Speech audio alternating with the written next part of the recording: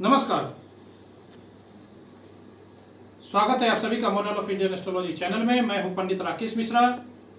उपस्थित हूं मैं राहु और केतु का 23 सितंबर को परिवर्तन के ऊपर में बृहद चर्चा को लेकर के। ये राहु और केतु का परिवर्तन पूरे 1.5 सालों के लिए 18 महीने के लिए हो रहा है। इसीलिए हम सभी को इस राहु और केतु के परिवर्तन के बारे में जानने की अति आवश्यकता है और बहुत ही महत्वपूर्ण है।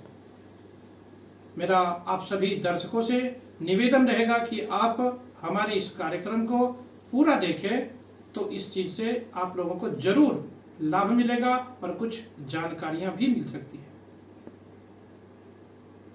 यहां पर मैं राहु का वृषभ राशि में और केतु का वृश्चिक राशि में गोचर रहेगा,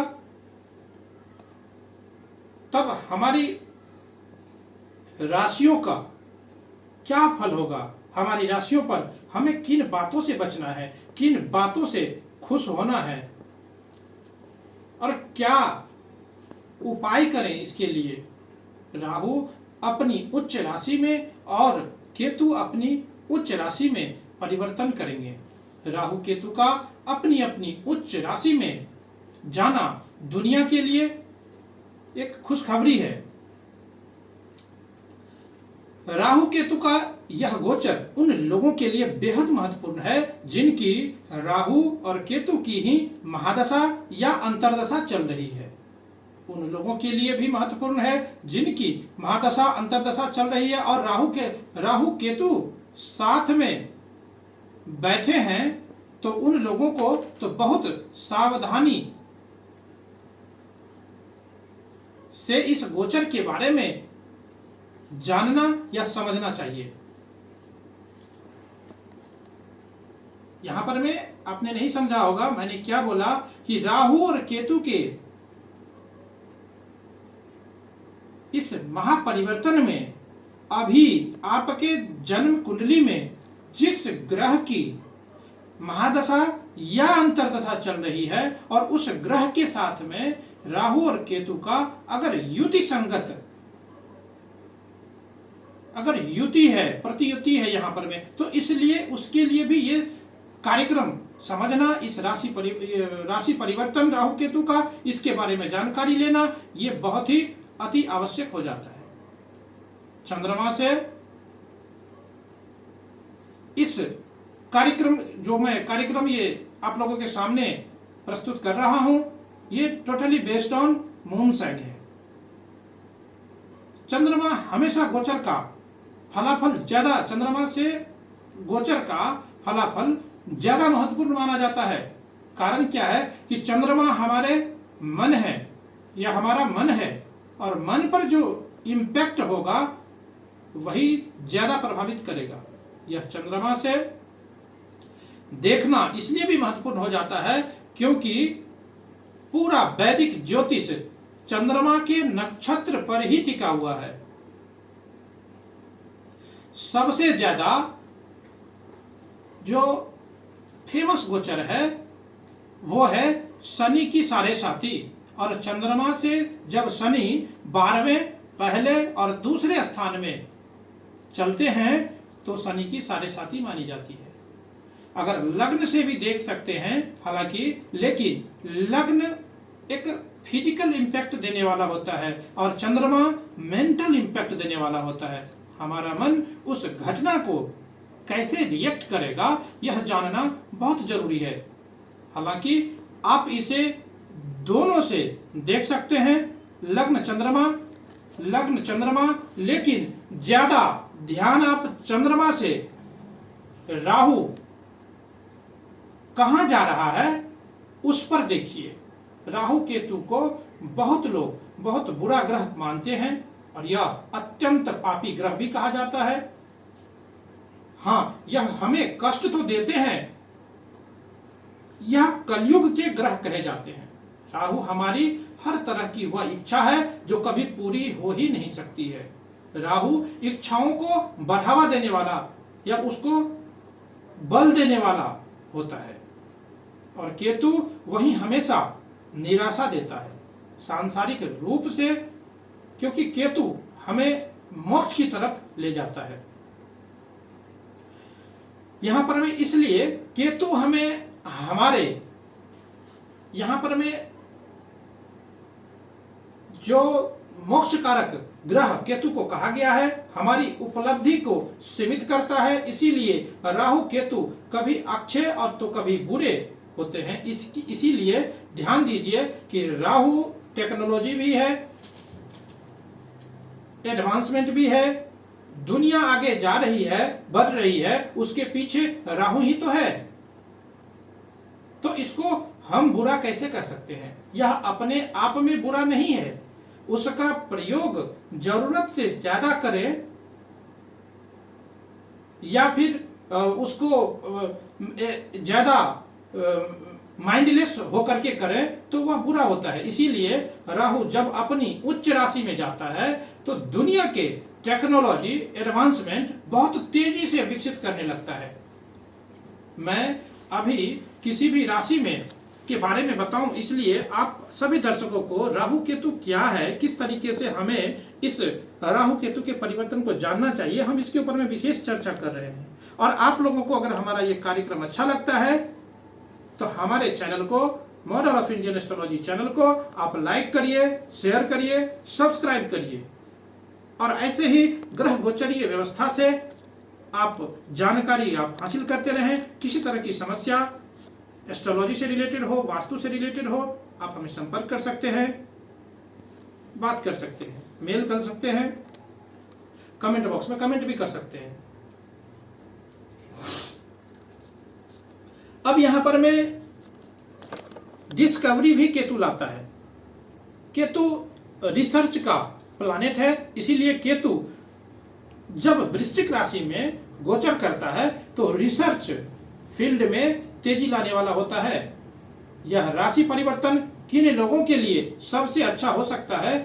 यह उन लोगों के लिए बहुत ही अच्छा होगा जो hotel, tourism, aviation, share market या लेदर इंडस्ट्रीज के क्षेत्र से अगर जुड़ाव रखते हैं और किसी भी तरह के मीडिया, कंप्यूटर, इंफॉर्मेशन टेक्नोलॉजी के क्षेत्र से अगर लगाव है, जुड़ाव है, आपकी उस क्षेत्र में कोई कार्य है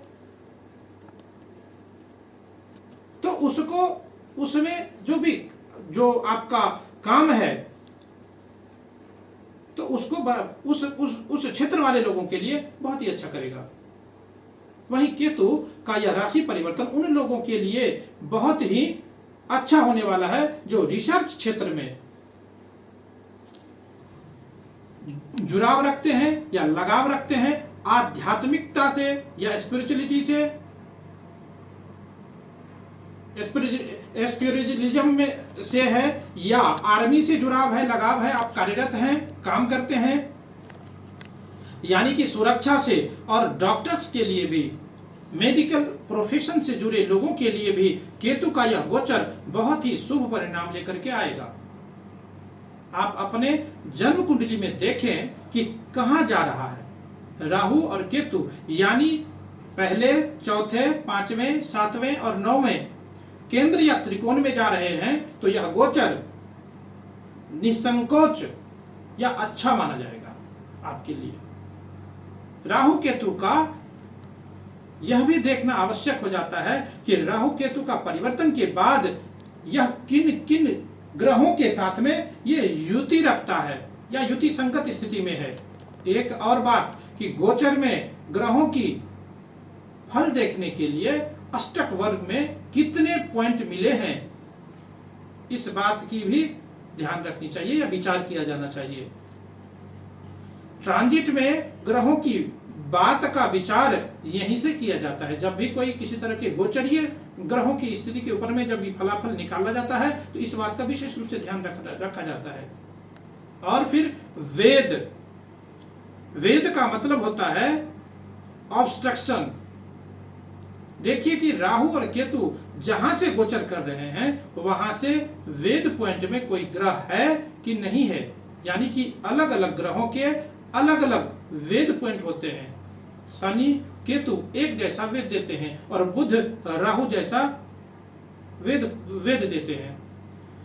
यह भी देखना होता है कि राहु केतु आपके जन्म नक्षत्र से कहां गोचर कर रहे हैं, कौन से नक्षत्र में जा रहे हैं। बहुत जरूरी होता है इस बात को जानना कि जब जन्म नक्षत्र यानी चंद्रमा जिस नक्षत्र में बैठा हो वह नक्षत्र जन्म नक्षत्र होता है, और उसमें दूसरा नक्षत्र क्या होता है, संपत यानी संपत्ति, धन देने वाला। तीसरा नक्षत्र होता है विपत्त।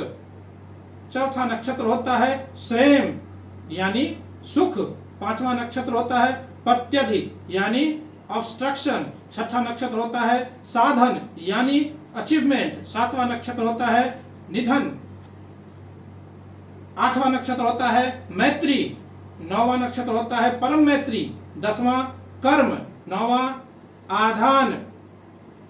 23वां वैनाशिक। तो इन नक्षत्रों पर ध्यान देना पड़ता है। दृष्टि संबंध भी बदलाव लाता है हमारे जीवन में। ये सारी बातें आप लोगों के साथ में इसलिए बताया जिनको जानकारी है, जो ज्योतिष ऑलरेडी सीख रहे हैं या सीखे हुए हैं, जो जानकारी रखते हैं उनके लिए भी, और जो उनको नहीं पता है उनके लिए भी। तो ये सारी जानकारी अब जानने के बाद अब बात करेंगे कि राशियों के ऊपर में इसका क्या प्रभाव होगा। तो अब हम बात करेंगे राशियों के क्रम में वृषभ राशि, टॉरस। वृषभ राशि वाले जातकों के लिए ये राहु का गोचर, राहु केतु का जो गोचर है उसमें राहु का जो गोचर हो रहा है उनके लग्न में ही होने जा रहा है।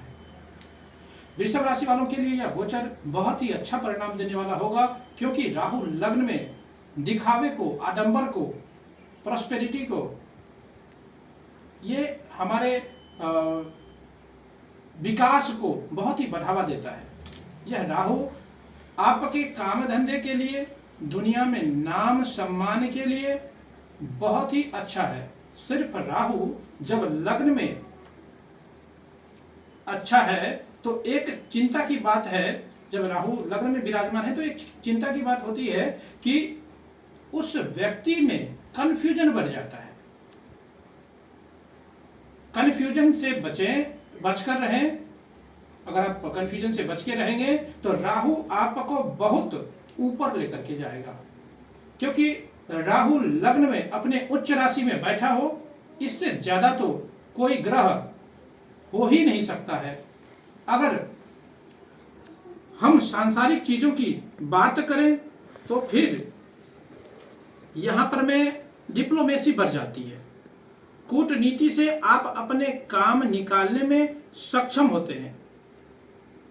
देखिए, राहु और केतु का गोचर कभी भी, जब भी हम गोचर कुंडली की बात करते हैं, ये जो कुंडली वृषभ राशि की हो या मैं 12 राशि के ऊपर में अलग अलग वीडियो दे रहा हूं, ये सभी चंद्र राशि के आधार पे है। आपके चंद्रमा जिस राशि में है, अगर आपकी चंद्रमा वृषभ राशि में है तो आपका राशि वृषभ राशि हुआ, और इसके अच्छे परिणाम आपको मिले। जब मैं सब अच्छा बोलूं सबके राशि के ऊपर में, तो आपको इस बात को देखना बहुत जरूरी होता है कि आपके जन्म कुंडली में राहु की स्थिति क्या है। अगर वहां पर में ग्रह बलाबल में है बैठा हुआ तो आपको ये सारे परिणाम अच्छे मिलेंगे, लेकिन वहां पे पीड़ित है या आपके ग्रह दशा, महादशा, अंतरदशा अगर बहुत अच्छा नहीं चल रहा है तो इसके फल नहीं मिलेंगे उतना ज्यादा, फिर आप इस चीज को अनुभव कम कर पाएंगे। ये बात मैं आपको पहले से बताते हुए चलता हूं। वहीं जैसे मैंने बताया कि कूटनीति से काम निकालने में आप सक्षम होंगे, हाथी के दांत खाने के और दिखाने के और, ऐसा राहु के बारे में जरूर कहा जाता है। इसीलिए तो राहु डिप्लोमेसी यानी कूटनीति का कारक है। यह ज्योतिष में हाथी को ही राहु का एनिमल कहा गया है।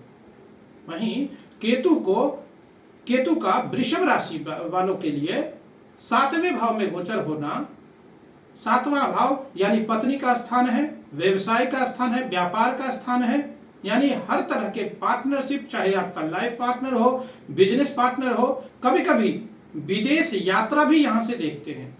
7वें स्थान से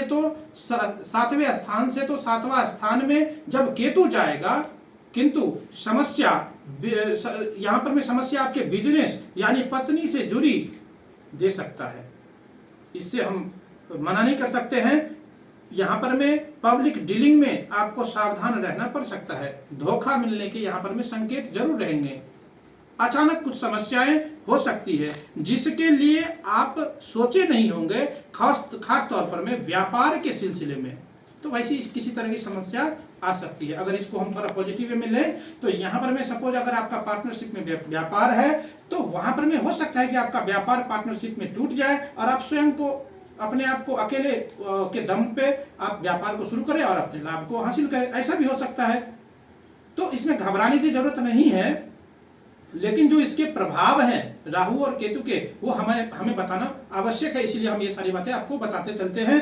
हालांकि राहु कंट्रोल करेगा यहाँ पर में, केतु का भी अपना यहाँ पर में केतु को भी आपको ध्यान रखना है, जरूरी है। अगर आप वृषभ राशि वालों को मैं बताऊं तो राहु केतु परेशान करे तो आपको एक यहाँ पर मैं उपाय के तौर पे बताऊं, एक नारियल लेना है और सर के ऊपर से 7 बार एंटी क्लॉकवाइज घुमा करके किसी बहते हुए जल में या नदी में उसे डाल दे तो आप राहु और केतु के बुरे प्रभावों से दूर हो सकते हैं, बच सकते हैं। राजनीति से जुड़े हुए लोगों को, हालांकि यहाँ पर में वृषभ राशि वाले जातकों को फायदा होगा। यहां आपको भ्रम में वृद्धि कर सकता है। राहु की दृष्टि आपके पंचम पर, द्वादश पर और नवम पर यहां पर में पड़ रहा है। भाग्य पर विद्यार्थियों को यहां पर में परेशान कर सकता है। जो विद्यार्थी वर्ग हैं वृषभ राशि के जातक, उनको परेशानी हो सकती है। यहां पर में मन भ्रमित रह सकता है। आकस्मिक धन लाभ तो होगा, भाग्य का साथ भी मिल रहा है, आपको काम भी बनेंगे। धैर्य में यहाँ पर में कमी रह सकती है। तो आप अगर अपने पिता की सेवा करते हैं, सूर्य भगवान की उपासना करते हैं, तो अगर आपका कॉन्फिडेंस लेवल, आपका आत्मविश्वास बढ़ा जाना सा रहेगा तो यहाँ पर में आप अच्छा लाभ की स्थिति को आप प्राप्त कर सकेंगे। हालांकि यहाँ पे मैं आपको एक चीज बताते चलूं कि आपको यहाँ जल्दबाजी से, ये 1.5 साल का जो पीरियड रहेगा राहु केतु का गोचर का, ये यहाँ पर में जल्दबाजी से आपको बचना रहेगा। हालांकि पराक्रम में वृद्धि रहेगा। संतान से मतभेद रहने की संभावना यहाँ पर में दिख रही है। हालांकि भाई बहनों के साथ भी यहाँ पर मतभेद हो सकती है, क्योंकि इनका काम ही यही है, भ्रम की स्थिति को पैदा करना, विच्छेद पैदा करना। क्योंकि शनिवत राहु, कुजवत केतु, कुज मतलब मंगल, तो मंगल का काम ही यहाँ पर में विच्छेद पैदा करना, उत्पन्न करना। तो आपको इस बात का ध्यान रखना है। मैंने जैसे नारियल के उपाय बताए हैं, गणेश जी का मंत्र जप करना, गणेश चतुर्थी का पाठ करना, जो भी संभव है आप अगर करेंगे तो निश्चित रूप से इस राहु और केतु के गोचर का आप जरूर लाभ उठा पाएंगे। तो ये था वृषभ राशि वाले जातकों के लिए राहु और केतु के प्रभाव क्या रहने वाले हैं 1.5 साल के अंदर में। अगर आप लोगों को हमारा ये कार्यक्रम अच्छा लगता है तो आप हमारे model of Indian astrology channel को लाइक करें, सब्सक्राइब करें, बेल आइकन को दबाएं, ताकि आपको ग्रह गोचरी व्यवस्था से किसी तरह के परिवर्तन के ऊपर में हम ऐसे ही वीडियो लेकर के आप लोगों के समक्ष उपस्थित होते रहेंगे। आज के लिए बस इतना ही। जय श्री राम, जय श्री कृष्ण।